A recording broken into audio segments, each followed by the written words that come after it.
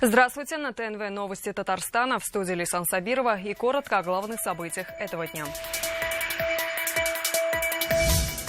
Причинами ДТП могли стать усталость и скорость. За 6 минут они проехали из Савалеева до Светлоозера. Там 15 километров. В Казани сегодня назвали версии заинской трагедии. С подробностями Александра Севастьянова. В Нижнекамском районе поселок 3 дня живет без света. Продукты, которые здесь портятся. Кто за это будет? Где председатель? Куда делось электричество, разбирался Салават Мухаммадулян. Такая определенная бомба прямо под боком самосеровской свалки. И полигон закрытия мусора вывести. Перекрыть нам дорогу – это просто воспрепятствовать исполнению решения суда. В конфликте между экологической компанией и исполкомом разбиралась Альбина Минибаева.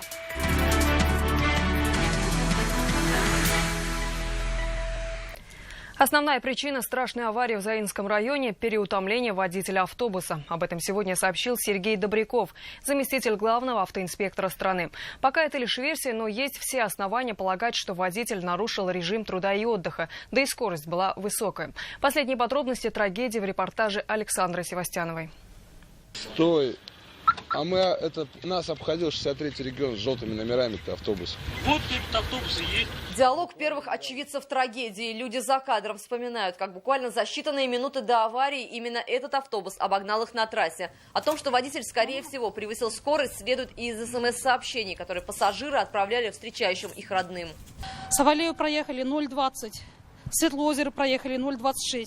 За 6 минут они проехали из Савалеева до Светлоозера. Там 15 километров.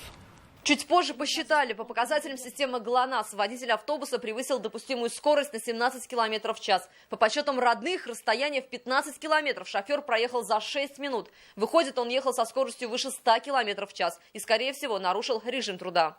Я разговаривал с очевидцами, те, кто находился в салоне автобуса, они утверждают в один голос, что водитель, который находился за рулем в Тольятти, он же находился за рулем здесь во время ДТП. Сегодня версии аварии обсудили на заседании правительственной комиссии в Доме правительства. По словам Добрякова, в 90% ДТП с участием автобусов виновны водители. Встречный вопрос от журналистов. Столько сделано для безопасности, введены тахографы. Как вновь допустили трагедию? Мы этот вопрос как раз и поднимаем ответственность перевозчика.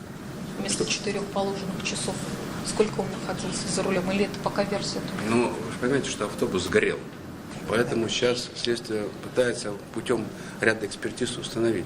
В Татарстане к ночным перевозкам взрослых пассажиров, а тем более детей, закон строже. Никаких ночных рейсов и контроль по спутнику. Движение автобусов по системе ГЛОНАСС мониторит диспетчерский центр. Если водитель превышает скорость, то ему звонит диспетчер и предупреждает об этом. На междугородние рейсы выезжают по 2 водителя. Детские перевозки в ночное время запрещены с 11 до 6 утра.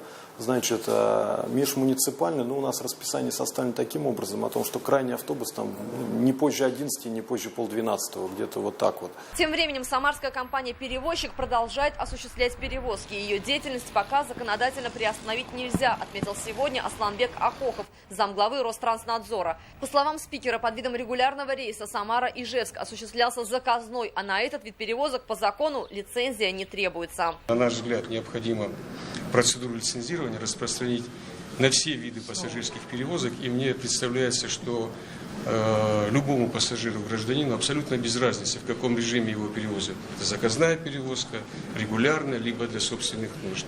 Требования относительно безопасности дорожного движения должны быть везде абсолютно одинаковые. В ходе заседания выдвинули еще одну инициативу, чтобы сотрудники ГИБДД имели доступ к информационно-аналитической системе «Транспортная безопасность». Это позволит в режиме онлайн отслеживать автобусы с пассажирами на маршруте.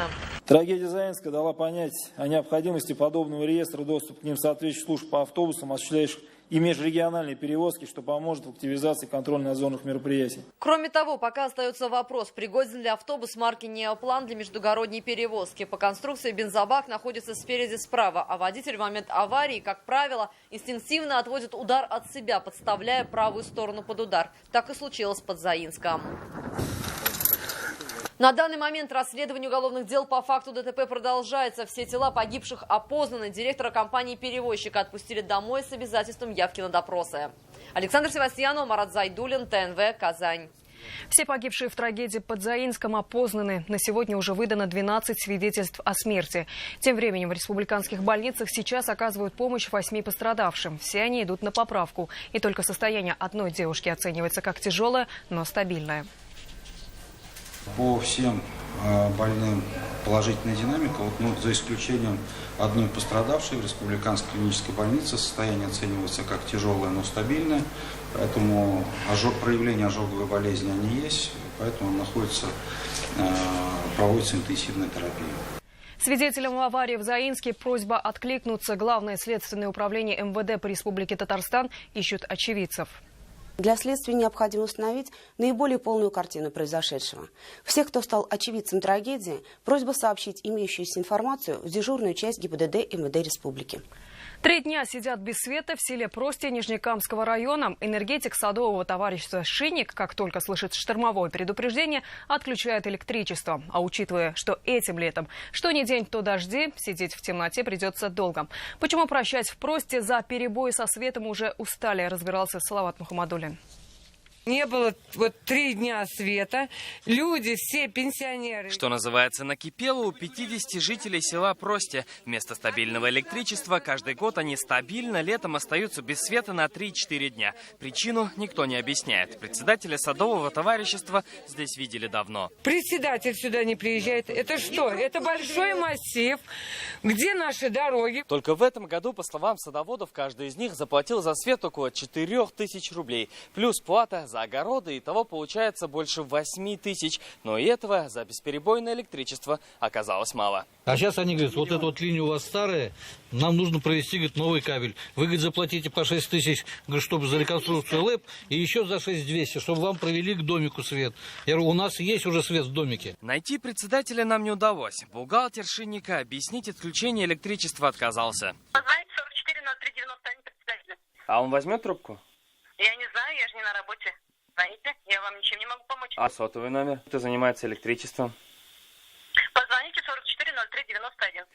Как и ожидалось, председатель трубку стационарного телефона не взял, но нам удалось дозвониться до энергетика товарищества. С условием только не на камеру он рассказал, что каждый год свет отключают из-за штормовых предупреждений. Объяснение довольно странное, потому что в других товариществах ток не переменный, а постоянный. Мы будем следить за развитием этой темной истории. Салават Мухаммадуллин, Светлана Шумкова, Рафаэль Ракипов, Амир Залюшев, ТНВ, Нижнекамский район.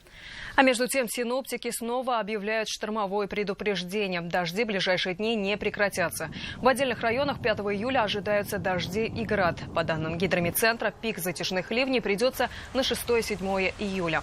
Погода существенно не улучшится до выходных.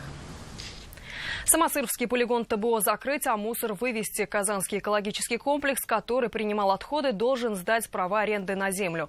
Но перед этим ему уже самому предстоит очистить территорию и убрать 18-метровую гору отходов. По версии администрации города, компания в этом направлении бездействует. Альбина Минибаева выслушала стороны. Признать объект капитального строительства самовольным, обязать ЗАО «Казанский экологический комплекс» снести объект самовольного строительства.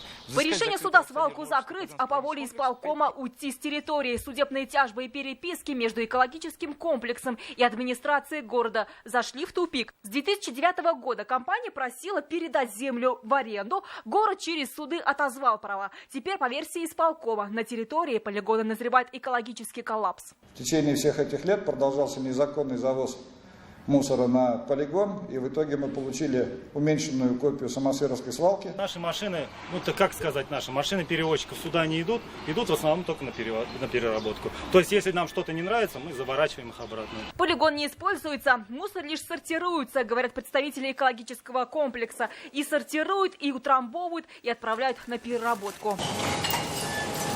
В мае советский суд решил освободить полигон от мусора. Срок истек в июне. Оказалось, что терпение исполкома тоже на грани. Город пошел в наступление закрыть доступ к свалке для любой техники. Мы там не видим строительной техники. Мы видели там один бульдозер, который ездит поверх мусора, но никто не занимается каким-то переработкой этих отходов. Сроков конкретно определенных, так чтобы, например, суд нам сказал, чтобы мы снесли в течение 2 месяцев, их нет. Вот как мы фактически исполним решение суда, тогда у нас и решение суда будет исполнено, и судебной неустойкой перестанет исчисляться. Поэтому сейчас мы заняты как раз-таки тем, что мы исполняем решение суда. До конца года очистить полигон от мусора и сравнять его с землей. Такой срок ставит для себя компания. Пока мусор будет мигрировать, КЭК вынужден платить неустойку, и расходы будут с каждым днем только расти. Исполком планирует завтра поставить здесь баррикады, чтобы ни одна техника не заехала, в том числе и та, которая должна вывести весь этот мусор. Экологическая компания говорит, мы будем судиться с администрацией. Ведь это уже мешает исполнению судебного решения. Альбина Минибаева, Марат Саидгараев, ТНВ, Казань. Без замечаний не обходятся, но главное, они устраняются. Сегодня руководство Татарстанского Росприроднадзора проверило Зеленодольский завод имени Горького. Смотрели, что делается на предприятии для охраны окружающей среды. Актуальность визита продиктована еще и объявленным в стране годом экологии. Есть ли претензии к судостроителям, узнал Дмитрий Аринин. Сегодня завод имени Горького был открыт для Росприроднадзора. Как рассказали судостроители, в последние годы они взяли курс на снижение нагрузки на окружающую среду. Территорию озеленяют, очистные водяные сооружения ремонтируют. И для меньшего загрязнения воздуха основные источники выбросов оснастили газочистными устройствами. Раньше воздух выбрасывали на улицу. Сейчас мы его очищаем через фильтра. И опять очищенный воздух, теплый, подается в цех. Еще на заводе наладили раздельный сбор отходов, и в производство идет вторсырье. Сегодня сотрудники Росприроднадзора увиденным в основном остались довольны. Без замечаний никогда производства не бывает. Это самое главное, то, что это есть замечания, они устраняются и устранимы. В этом отношении вот именно завод имени Горького это смотрит перспективно вперед, это именно устраняет такие замечания. Окончательные выводы в ведомстве сделают после обобщения и изучения всей полученной на заводе информации. Дмитрий Аринин, Марат Зайдуллин, ТНВ, Зеленодольск. Теперь масло только из подсолнуха. Сегодня Татарстанский завод производства растительного масла посетил заместитель министра сельского хозяйства России.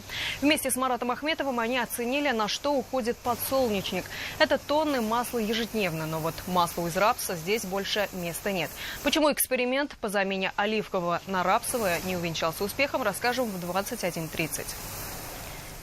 Это новости Татарстана, и далее в выпуске. Чтобы школы и лагеря были доступнее. Всего сейчас нас волнуют вопросы образования. Что еще волнует родителей детей с ограниченными возможностями, услышала Адель Кламиц.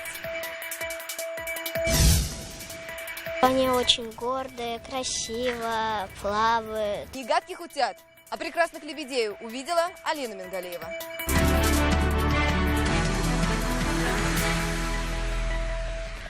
Компания Johnson & Johnson может участвовать в проектах по модернизации татарстанских медучреждений. Варианты рассмотрели сегодня в ходе встречи Рустама Минниханова с руководством компании. Стороны обсудили перспективные направления сотрудничества.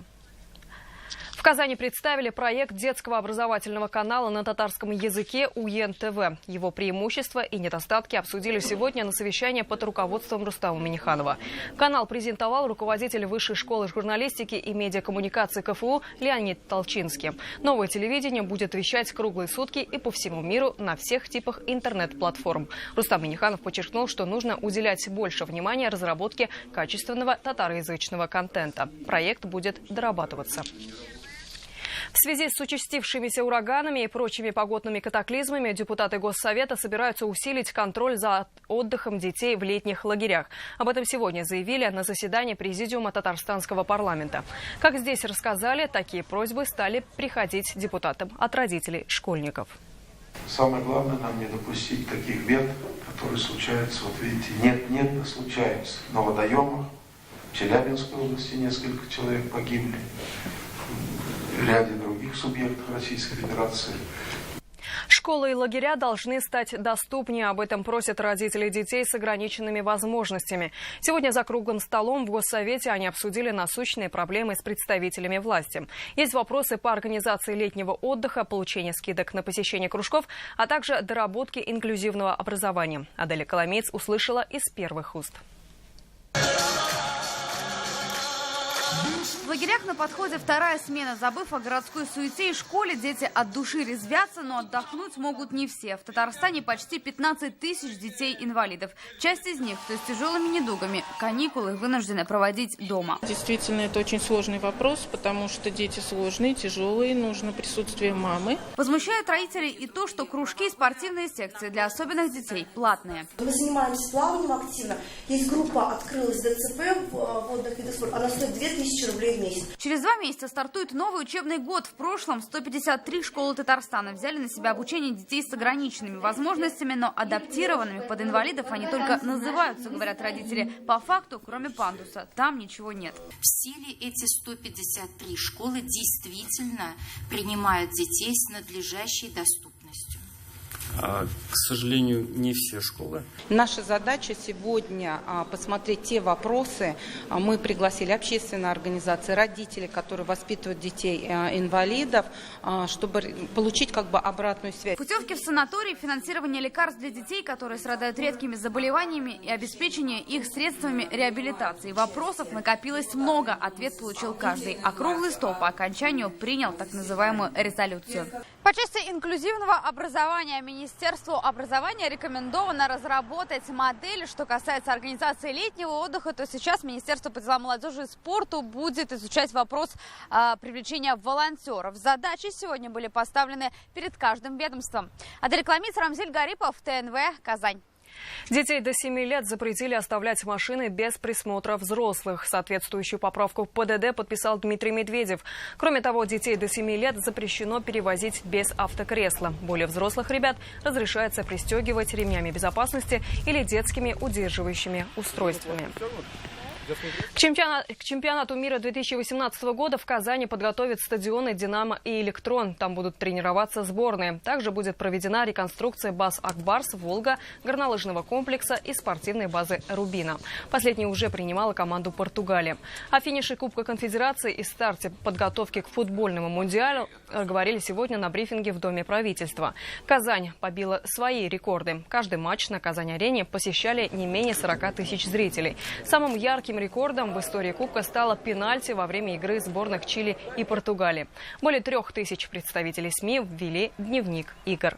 Мы в очередной раз доказали, не побоюсь этого слова, всему миру, что сегодня Россия, и в частности Татарстан, Казань, может принимать подобного рода турниры, проводить их на самом высочайшем уровне. И можно констатировать, что все у нас для этого есть. Инфраструктура, люди, возможности. Лучшие из лучших в искусстве, науке и культуре стали известны имена лауреатов республиканской премии имени Мусы Джалиля. Кто же в этом году в ряду избранных среди победителей? Молодежная четверка. С ними пообщалась Хельмира Шеймарданова. Позади учебы, впереди новые проекты. У Республиканского кадрового резерва сегодня выпускной. 60 молодых талантливых ребят. Именно они в этом году в числе лауреатов премии имени Мусы Джалиля. 3 раза подавались, и для нас это долгожданная победа. В этом году коллектив мы подавали и выиграли. Республиканская премия вручается с 1968 года. С тех пор за нее идут творческие битвы. Она стимулирует лидеров музыкального, театрального и художественного цехов. Зульфат, Рима Ибрагимова, Ринат Харис. Попасть в этот ряд мечтают многие. Они вместе на сцене и в жизни, у них и награда на двоих. Артем Пескунов и Резида Салахова уже 9 лет играют в театре драмы и комедии. Молодая семья теперь обладатель премии. Это государственная премия, и мы гордимся, что ее получили. И получили вместе, потому что это еще в истории первый раз. Мы на самом деле ждали. Сначала мы думали подать заявку только на Артема Пескунова, но все-таки потом уже долго думали и решили все-таки подать заявку на семью. Молодежная премия не только для молодежи, а для тех, кто ее взращивает, поэт Рамис Айметов и солист оперы Марат Шарипов. Церемония вручения по традиции в День Республики. Премия Мусы Джалиля вручается за особый вклад в развитие культуры республики молодым художникам, композиторам, творческим коллективам. У нее своя история. В далеком прошлом она называлась «Премия комсомола Татарии». В 90-е о ней забыли. В 2003 году она вновь возродилась. Эта премия имеет не только долгую жизнь, но и лауреатов. И тех, кто стремится с ними в один ряд. Эльмира Шеймарданова, Амир Залюшев, ТНВ Казань. По какой причине супруги идут на развод и может ли наличие детей повлиять на решение мужа или жены? Мы продолжаем наш проект в объективе ТНВ «Большая семья». 8 июля в 11 часов на нашем канале начнется ток-шоу на тему «Развод за и против». Из-за чего распадаются семьи и могут ли спасти брак дети? Мы спросили у казанцев. Что, на ваш взгляд, может стать причиной развода в семье? Развод в семье – это непонимание друг друга обеих сторон. От непонимания до банальных скандалов. Там нет каких-то ограничений, у всех же все индивидуально. Измена, финансовый кризис. Друг другу никто не может уступать. И все, только из-за этого. Но еще плюс родители всегда вмешиваются. Ради детей нужно ли сохранить семью? Да, я думаю, да, безусловно. Для детей в первую очередь важна, мне кажется, семья. Как мать, так и отец. Смотря, наверное, какая атмосфера в семье. Если ребенку будет комфортно в этой семье, наверное, стоит пойти и попробовать на уступки. В семье с раздорами дети счастливыми быть не могут. А они хранят верность своим парам всю жизнь. Лебединая верность уже стала притчей. Причем, как правило, лебединое семейство еще и многодетное. В этом убедилась и Алина Мингалеева, отправившись на озеро Кабан.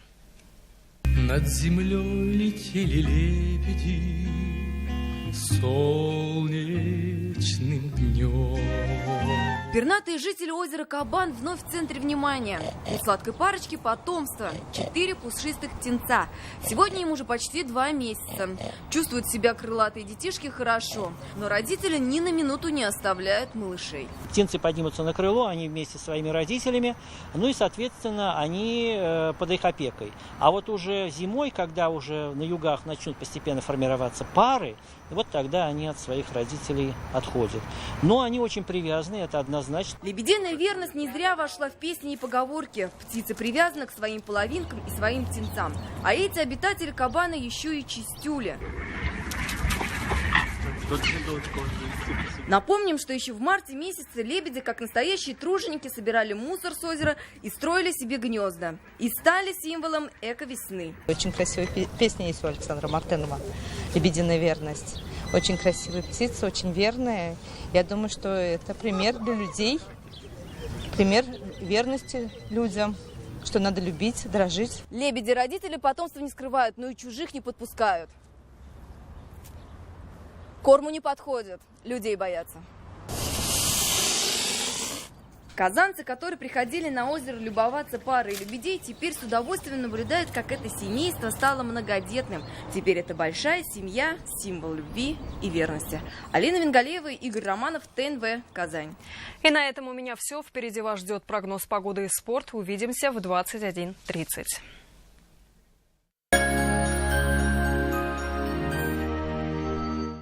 Болгар радиосы концертлар сезонын ача. 30 август пирамидада зур бәйрәм концерты. Эстрадабызның якты йолдызлары Хәмдүнә Тимергалиева, Хания Фәрхи, Венера Ганиева, Расим Низамов, Резида Шарафиева, Рөстәм Закиров, Әнвәр Нургалиев, Раяз Фасыхов, Марсель Вагизов, Зөфәр Хәйретдинов, Ришат Төхвәтуллин, Сирина Зәйнетдинова, Филюс Каһиров һәм башкалар.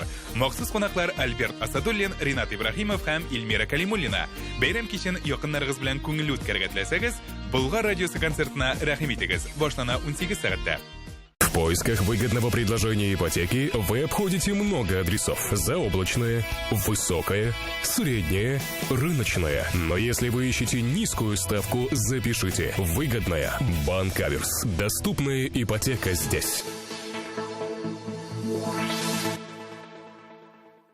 С 5 по 7 июля в селе Большие Кабаны состоится крупнейшая агропромышленная выставка-форум «Всероссийский день поля-2017». Бесплатные автобусы от станции метро «Проспект Победы». Справки по телефонам 570 51 11. Уважаемые абитуриенты, Российский исламский институт объявляет набор по следующим направлениям: теология, лингвистика, экономика, журналистика. В Республике Татарстан дан старт 5-му ежегодному телевизионному фестивалю творчества работающей молодежи «Наше время. Безнен Заман». Условия участия на сайте bzzm.ru. Весь июль Мебельград возвращает деньги за покупку до 100% от чека. Уважаемые абитуриенты, Казанский государственный аграрный университет объявляет прием документов на очную и заочную формы обучения. Побей рекорд по выгоде. Бери Nissan по себестоимости. Скидка 200 тысяч не предел. Узнай подробности в автоцентре Марка. Звони 4 пятерки 3 единицы. Корстан представляет. Знаешь ли ты, 7 июля.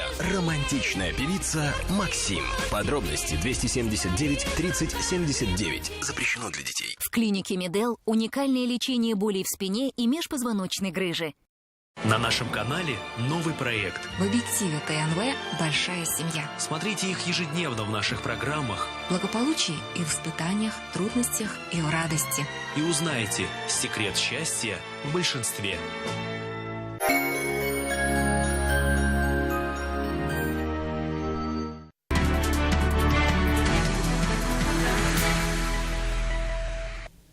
Добрый вечер. Новости спорта на ТНВ, в студии Алмаз Гафиятов. Хоккеисты Акбарса вышли из отпуска и приступили к подготовке к новому сезону. После длительного отдыха около 40 хоккеистов приехали в расположение команды. Для занятий выбрали стадион «Трудовые резервы», который находится рядом с базой Акбарса. Там состоялась проверка функционального состояния игроков, пробежка в 10 километров. Все хоккеисты без проблем справились с задачей. За состоянием игроков внимательно следит медицинский персонал. Самым быстрым на кроссе оказался новичок казанского клуба Максим Лазарев. Новобранцы Акбарса сразу же включились в рабочий процесс. Среди приобретений в этом году Михеев, Откулин, Лямкин, Тянулин, Лазарев и Григоренко. Сейчас команду ждут тренировки на льду, в спортивном зале и на свежем воздухе. Дальше предсезонный сбор в Финляндии. Пока сложно сказать, все ли они поедут с нами в Финляндию, но во всяком случае они эту неделю с нами поработают. Мы определим, кто наиболее сильнее, так скажем, кто чуть-чуть послабее, кому надо подождать немножечко.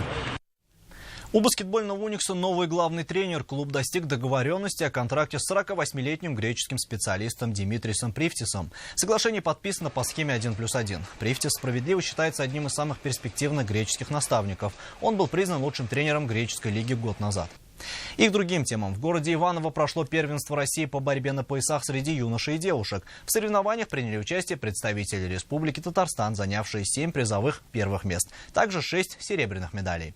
И в завершение новости стендовой стрельбы. Предпоследний день чемпионата России, который проходит в эти дни в Верхнем Услоне, принес сборной Татарстана 2 медали в женском ските. Участницами финального раунда стали сразу 4 спортсменок из нашей республики. Чемпионкой России впервые в своей карьере стала Алина Фазулзянова. Студентка Поволжской академии физической культуры и спорта вышла в финал, поразив 68 мишеней. А в решающем раунде показала еще более четкую и уверенную стрельбу, обыграв в золотом матче Надежду Коновалову из Новосибирска 48-46. И это все новости спорта к данной минуте. Будьте здоровы и занимайтесь спортом. До свидания.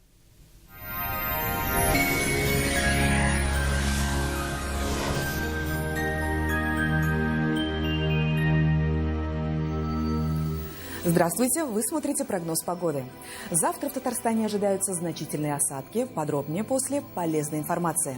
Кухни, шкафы-купе, спальни и гардеробные. Любая корпусная мебель по вашим размерам. Только до конца июля при заказе кухни сушилка и мойка в подарок. При заказе шкафа-купе комод в подарок. Доставка и установка бесплатные. Данил Мастер, город Казань, Восстание 23, телефон 2 167 166. О погоде. По данным сервиса Яндекс.Погода, завтра на юго-востоке переменная облачность, пройдут дожди, местами сильные. Ночные температуры плюс 13, днем воздух прогреется до 22 градусов. На северо-востоке облачная погода с прояснениями. Ожидаются дожди, ливни. Ночью плюс 14, днем 22 градуса. На севере Татарстана также ожидаются осадки, местами ливневые дожди. Ночью 12 градусов тепла, днем столбики термометров покажут 23 градуса. Пасмурный дождливый циклон и на северо-востоке Татарстана. Ожидаются сильные дожди. Ночью плюс 14, днем 21 градус. На юго-западе переменная облачность, без осадков не обойдется. Ночью плюс 13, днем 20 градусов тепла. В центральных районах республики облачная погода с прояснениями. Ожидаются осадки, местами сильные дожди. Ночью плюс 13, днем 21 градус. В последующие дни без дождей не обойдется. Температуры станут ниже. Санаторий «Ижминводы» осуществляет деятельность по направлениям желудочно-кишечный тракт, опорно-двигательный аппарат, укрепление нервной системы и нарушение обмена веществ. Преимущества санатория – питьевая минеральная вода «Шифал-Су», йодобромные ванны, табарлинские лечебные торфяные грязи. На целительные воды приезжайте в Шифал-Су Ижминводы. Спешите, действуют акции, скидки до 20%. Игровой мир. Разработка и изготовление металлоконструкций и корпусных изделий из листовой стали. Лазерная резка. Собственное конструкторское бюро. Реализуем ваши идеи. Игровой мир 560-2020. Спонсор программы – группа компаний «Игровой мир» обладает огромным опытом и полным спектром услуг металлообработки. Собственное конструкторское бюро, лазерная резка и производство корпусных изделий из листовой стали.